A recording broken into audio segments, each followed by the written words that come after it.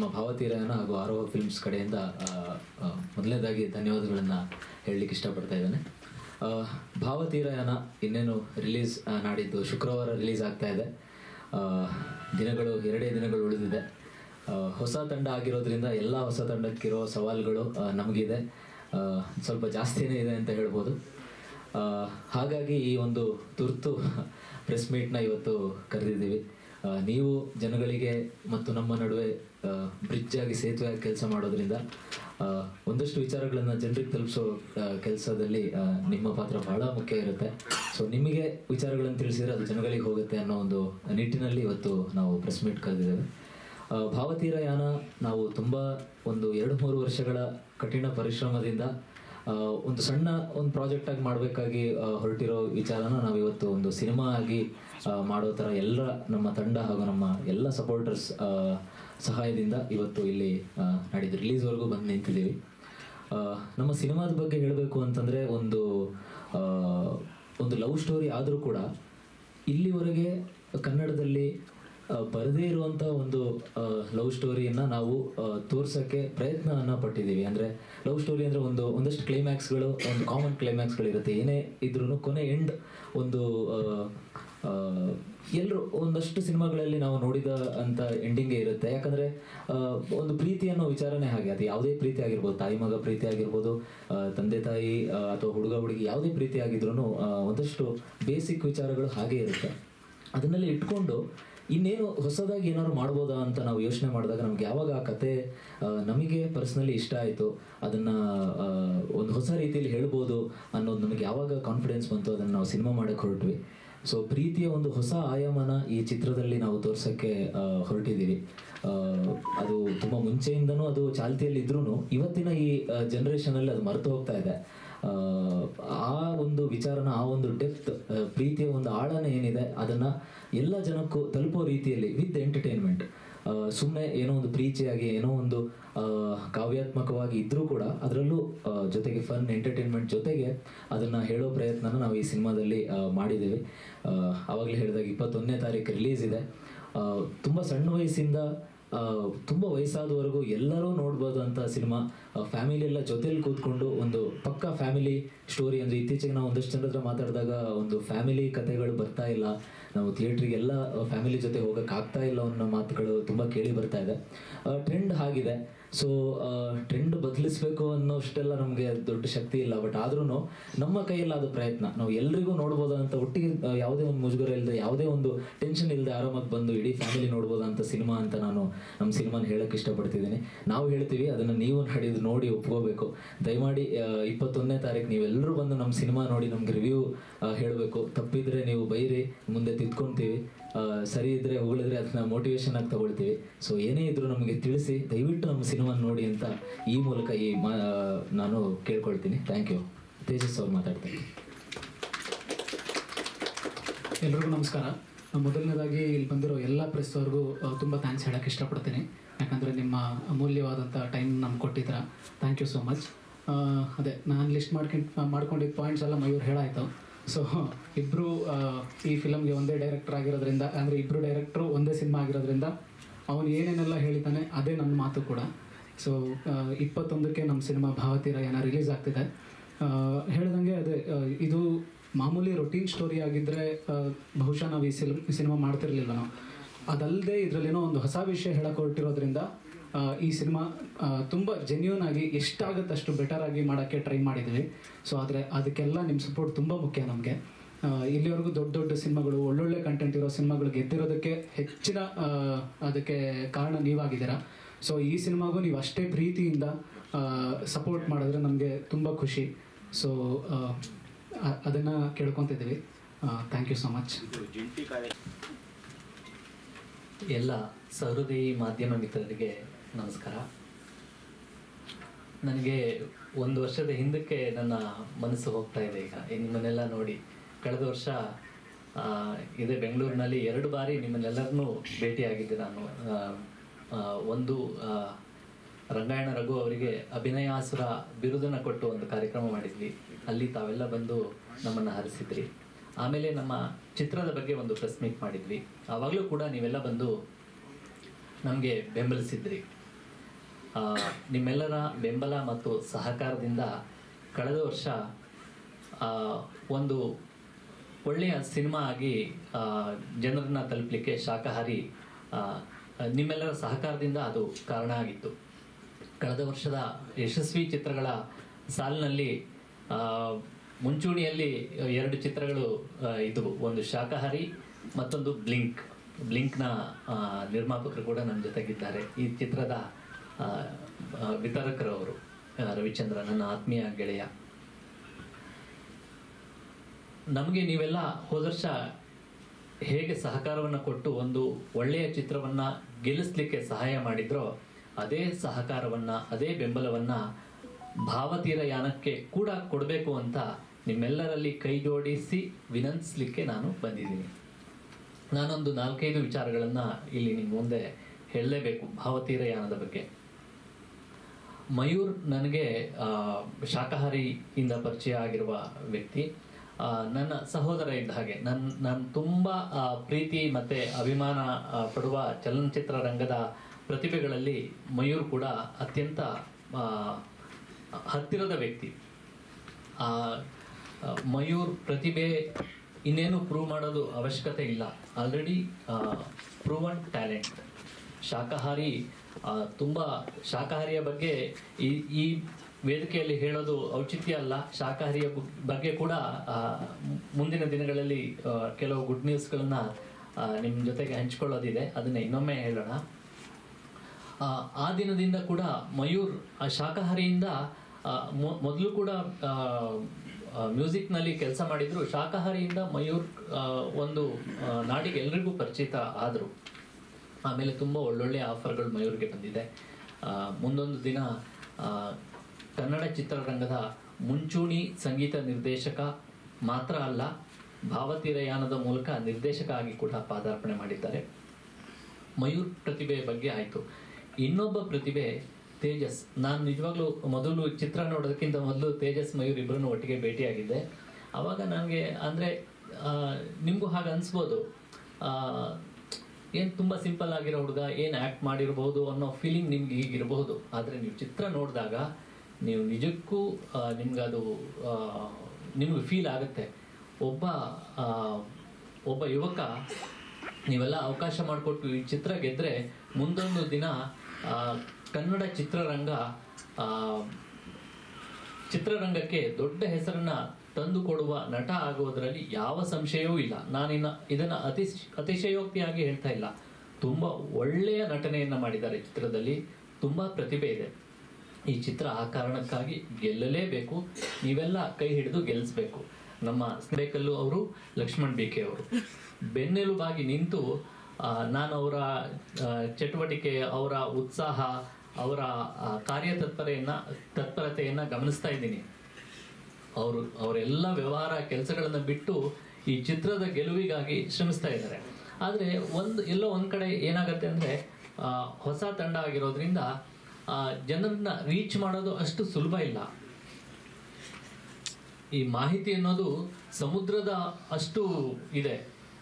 ನಾವು ಎಷ್ಟು ಸುರಿದ್ರೂ 1 ಬಕೆಟ್ ನೀರು 2 ಬಕೆಟ್ ನೀರು ಅದೇನು ಮ್ಯಾಟ್ರ್ ಆಗಲ್ಲ. ಆತ್ಮೀಯರಾದ ಇವರು ಹೇಳಿದಾಗೆ ಇದನ್ನ 1 ವಾರ ಮೊದಲು ಮಾಡಿದ್ರೆ ಕಳೆದೋಗಿರ್ತಾ ಇತ್ತು.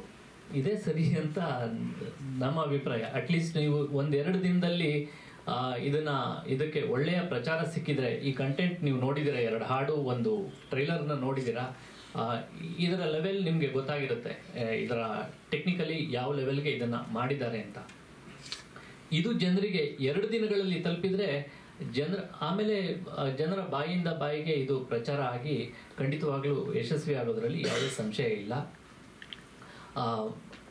ನಾನು ಅದೇ ಎಲ್ಲರೂ ಅಷ್ಟೇ, ಹಿರಿಯ ನಟಿ ಅಂದರೆ ಬೇಜಾರು ಮಾಡ್ಕೊಳ್ತಾರೆ. ಅವರು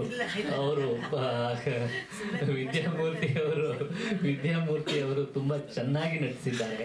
ಹಾಗೆಯೇ ನಮ್ಮ ಅನುಷಾ ಅವರು, ಆರೋಹಿ ಅವರು, ಆಮೇಲೆ ಚಂದನಾ ಅವರು, ರಮೇಶ್ ಭಟ್ ಅವ್ರ ಬಗ್ಗೆ ಅಂತೂ ನಿಮ್ಮೆಲ್ರಿಗೂ ಗೊತ್ತೇ ಇದೆ, ತುಂಬ ಮುಖ್ಯವಾದ ಪಾತ್ರವನ್ನು ನಿಭಾಯಿಸಿದ್ದಾರೆ. ಹಾಗೆಯೇ ಹೊಸ ಪರಿಚಯ ಸಂದೀಪ್ ಅವರು ಕೂಡ ತುಂಬ ಚೆನ್ನಾಗಿ ನಟಿಸಿದ್ದಾರೆ.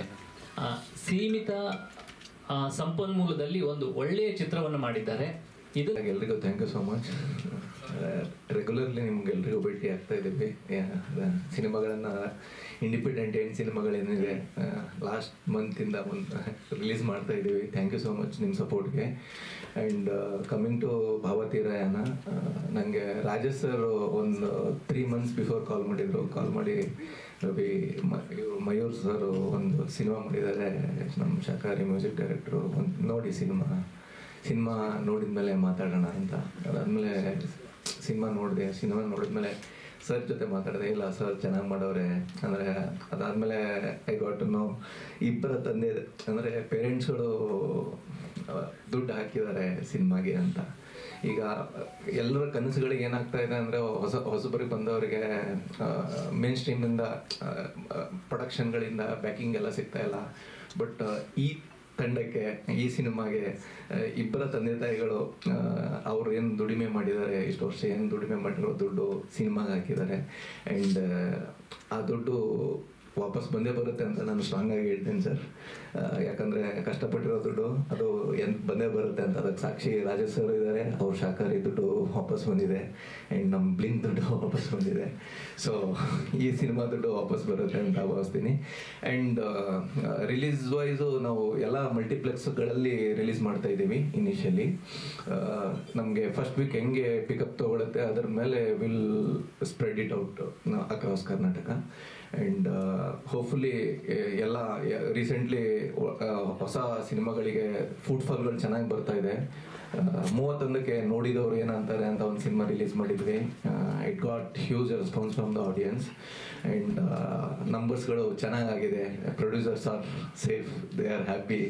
ಸೊ ಈ ಸಿನಿಮಾನು ಸೇಫ್ ಆಗುತ್ತೆ. ಆ್ಯಂಡ್ ಮಯೂರ್ ಸರು ಮತ್ತು ತೇಜಸ್ ಸರು ಮುಂದಿನ ದಿನಗಳಲ್ಲಿ ಒಂದಿಷ್ಟು ಒಳ್ಳೆ ಸಿನಿಮಾಗಳು ಮಾಡ್ತಾರೆ. ಆ್ಯಂಡ್ ಮೇಡಮ್ಗೆ, ಚಾನಲ್ ಅವರು, ತೇಜಸ್ ಸರ್, ಎಲ್ರಿಗೂ ಆಲ್ ದ ಬೆಸ್ಟ್. ಬಂದಿರುವಂಥ ಎಲ್ಲ ಮಾಧ್ಯಮ ವರ್ಗದವರಿಗೆ ಧನ್ಯವಾದಗಳು. ತಮ್ಮೆಲ್ಲರಲ್ಲಿ ಬೇಡ್ಕೊಳ್ಳೋದಿಷ್ಟೇ, ಒಳ್ಳೆ ಚಿತ್ರ ಮಾಡಿದ್ದೀವಿ.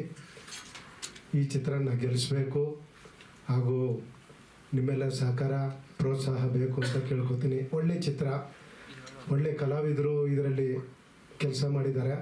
ಒಬ್ಬೊಬ್ಬರು ಆ್ಯಕ್ಟಿಂಗು ಸಹ ವಿಭಿನ್ನವಾಗೇ ಮಾಡಿದ್ದಾರೆ. ಅದನ್ನು ಪಿಕ್ಚರ್ ನೋಡಿದಾಗಲೇ ನಿಮಗೆ ಗೊತ್ತಾಗುತ್ತೆ. ನಾವು ಪ್ರೀತಿಯಿಂದ ಮಾಡಿದ್ದೀವಿ, ಶ್ರದ್ಧೆಯಿಂದ ಮಾಡಿದ್ದೀವಿ. ಗೆಲ್ಲಿಸೋದು ನಿಮ್ಮ ಆಶೀರ್ವಾದ ಬೇಕು. ಎಲ್ಲರೂ ಚೆನ್ನಾಗಿರಬೇಕು ಅನ್ನೋದೇ ನಮ್ಮ ಆಸೆ. ಒಳ್ಳೆ ಆ್ಯಕ್ಟಿಂಗ್ ಮಾಡಿರೋರಿಗೆ ಬೆಲೆ ಸಿಗೋದೇ ನಿಮ್ಮಿಂದ ಸಿಗಬೇಕು, ಅಷ್ಟೇ ನಾನು ಕೇಳ್ಕೊಳ್ಳೋದು. ಥ್ಯಾಂಕ್ ಯು ಸೊ ಮಾಧ್ಯಮ ಮಿತ್ರರಿಗೆಲ್ಲ ಹೃತ್ಪೂರ್ವಕ ಧನ್ಯವಾದಗಳು ಬಂದಿರೋದಕ್ಕೆ. ಹಾಗೆ ನಿಮ್ಮ ಪ್ರೋತ್ಸಾಹ ನಮಗಿರುತ್ತೆ ಅಂತಲೂ ನಾನು ನಂಬ್ಕೊಂಡಿದ್ದೀನಿ. ಚಿತ್ರ ತಂಡದ ಬಗ್ಗೆ ಹೇಳಬೇಕು ಅಂತಂದರೆ, ಮೊದಲನೇದಾಗಿ ನಮ್ಮ ತೇಜಸ್ ಆ್ಯಂಡ್ ಮಯೂರ್ ತುಂಬ ಜಾಣರು. ಆಮೇಲೆ ತುಂಬ ಒಳ್ಳೆ ಹೋಮ್ವರ್ಕ್ ಮಾಡ್ಕೊಂಡಿದ್ದಾರೆ. ಎಲ್ಲೂ ಅವರಿಗೆ ಯಾವುದೇ ಕನ್ಫ್ಯೂಷನ್ ಇರಲಿಲ್ಲ. ಚಿತ್ರೀಕರಣದ ಸಮಯದಲ್ಲಿ ತಮಗೇನು ಬೇಕೋ ಅದರ ಬಗ್ಗೆ ಅವ್ರಿಗೆ ಸ್ಪಷ್ಟತೆ ಇತ್ತು. ಆಮೇಲೆ ನಾವೇನು ಇಷ್ಟು ವರ್ಷ ಆಗಿದೆ ಕಲಾವಿದರು ಬಂದು ಇವ್ರಿಗೆ ಹೇಗೆ ಹೇಳೋದಪ್ಪ ಅನ್ನೋ ಯಾವ ಹಿಂಜಕ್ಕೇನೂ ಇರಲಿಲ್ಲ. ಅವ್ರಿಗೆ ಎಂಥ ಒಂದು ಭಾವನೆ ನಮ್ಮಿಂದ ವ್ಯಕ್ತಪಡಿಸ್ಬೇಕಾಗಿತ್ತೋ ಅದನ್ನು ಸ್ಟ್ರಿಕ್ಟಾಗಿ ನಮ್ಮಿಂದ ತೆಗೆಯೋ ಪ್ರಯತ್ನ ಪಟ್ಟಿದ್ದಾರೆ. ನಾವು ಅವರನ್ನು ತೃಪ್ತಿಪಡಿಸೋದಕ್ಕೆ ನಾವು ಕಷ್ಟಪಟ್ಟಿದ್ದೀವಿ. ಯಾಕೆಂದರೆ ನಾವು ನಮ್ಮ ಒಂದು ಹಳೆ ತಲೆಗಳಿರುತ್ತಲ್ಲ, ಅವ್ರಿಗೊಂದು ಅಡ್ಡಗೋಡೆ ಇರುತ್ತೆ, ಏನೋ ನಾವೇ ತುಂಬ ಚೆನ್ನಾಗಿ ಮಾಡಿಬಿಡ್ತೀವಿ ಅಂತ. ನಾನು ನನ್ನ ವಿಷಯ ಹೇಳ್ತಿದ್ದೀನಿ ಅಷ್ಟೇ, ಎಲ್ಲರ ವಿಷಯನೂ ಹೇಳ್ತಿಲ್ಲ. ಆ ಒಂದು ಯಾವುದೋ ಎಲ್ಲ ಕಾಲದಲ್ಲೂ ಎಲ್ಲ ವಯಸ್ಸಲ್ಲೂ ಎಲ್ಲನೂ ಕಲ್ತ್ಕೋಬಹುದು ಅನ್ನೋಕ್ಕೆ ಇವರೇ ಸಾಕ್ಷಿ. ನಮಸ್ಕಾರ. ಮೊದಲನೇದಾಗಿ ನೀವೆಲ್ಲರೂ ನಮ್ಮ ತಂಡಕ್ಕೆ ಸಪೋರ್ಟ್ ಮಾಡೋಕ್ಕೆ ಟೈಮ್ ಕೊಟ್ಟಿರೋದಕ್ಕೆ ಧನ್ಯವಾದಗಳನ್ನ ತಿಳಿಸ್ತೀನಿ. ಡೈರೆಕ್ಟರ್ಸ್ ಬಗ್ಗೆ ಹೇಳಿ ಅಂತ ಹೇಳಿದ್ರು. ಇವರು ಎಲ್ಲರೂ ಸಾಕಷ್ಟು ಜನ ಮಯೂರ್, ತೇಜಸ್, ಪ್ರತಿಭೆ ಬಗ್ಗೆ ಮಾತಾಡಿದ್ದಾರೆ. ನಾನು ಇವ್ರ ಪ್ರತಿಭೆನ ಆಲ್ಮೋಸ್ಟ್ 9 yearsಯಿಂದ ನೋಡ್ತಾ ಇದ್ದೀನಿ. ನನ್ನ ಕಾಲೇಜ್ ಜೂನಿಯರ್ಸ್ ಇಬ್ಬರೂ ನಾವು ಒಂದೇ ಥಿಯೇಟರ್ ತಂಡದಲ್ಲಿ ಇದ್ವಿ. ನಾನು ಮಯೂರ್ ಮ್ಯೂಸಿಕ್ ಟೀಮಲ್ಲೂ ಇದ್ವಿ, ನಾನು ಮಯೂರ್ ತೇಜಸ್ 3 ಜನ ಥಿಯೇಟರ್ ಟೀಮಲ್ಲಿದ್ವಿ. ಹಾಗಾಗಿ ನಾವು ಆವಾಗಲಿಂದ ತುಂಬಾ ಕ್ಲೋಸ್. ಅವ್ರು ಯಾವ್ಯಾವ ಪ್ರಾಜೆಕ್ಟ್ಸ್ ಮಾಡ್ಕೊಂಡು ಬಂದಿದ್ದಾರೆ, ಭಾವತೀರ ಯಾನಕ್ಕಿಂತ ಮುಂಚಿಂದನೂ ಅವ್ರು ಸಾಕಷ್ಟು ವಿಡಿಯೋ ಸಾಂಗ್ಗಳು ಮಾಡಿದ್ದಾರೆ, ಮ್ಯೂಸಿಕ್ ವಿಡಿಯೋಗಳನ್ನ ಮಾಡಿದ್ದಾರೆ. ಅದೆಲ್ಲದನ್ನು ನಾನು ನೋಡ್ಕೊಂಡು ಬಂದಿದ್ದೀನಿ. ನಾನು ಯಾವತ್ತು ಮೊದಲನೇ ವಿಡಿಯೋ ಸಾಂಗ್ ನೋಡಿದೆ ಆವತ್ತೇ ನಾನು ಡಿಸೈಡ್ ಮಾಡಿದೆ ಇವರು ಮುಂದೊಂದು ದಿನ ಖಂಡಿತ ದೊಡ್ಡ ಕಲಾವಿದರಾಗಿ ಬೆಳೀತಾರೆ ಅಂತ.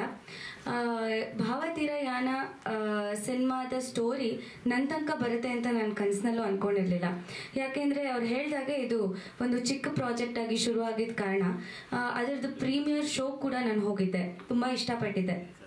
ಆಮೇಲೆ ಈ ಥರ ಪಾತ್ರ ಇದೆ ಅಂತ ನನಗೆ ಹೇಳಿದಾಗ ನಾನು ಈ ಪಾತ್ರನ ನಿಭಾಯಿಸೋಕ್ಕಾಗುತ್ತಾ ಅಂತ ನಾನು ಕೇಳಿದೆ. ಬಿಕಾಸ್ ಸಾಕಷ್ಟು ಸೀರಿಯಲ್ಗಳಲ್ಲಿ ಶೋಗಳಲ್ಲಿ ನನ್ನನ್ನು ನೀವು ನೋಡಿರ್ತೀರ, ತುಂಬ ಒಂದು bubbly character, girl next door ಆ ಥರ ಒಂದು ಪಾತ್ರಗಳಲ್ಲೇ ನಾನು ಕಾಣಿಸ್ಕೊಂಡಿರೋದು.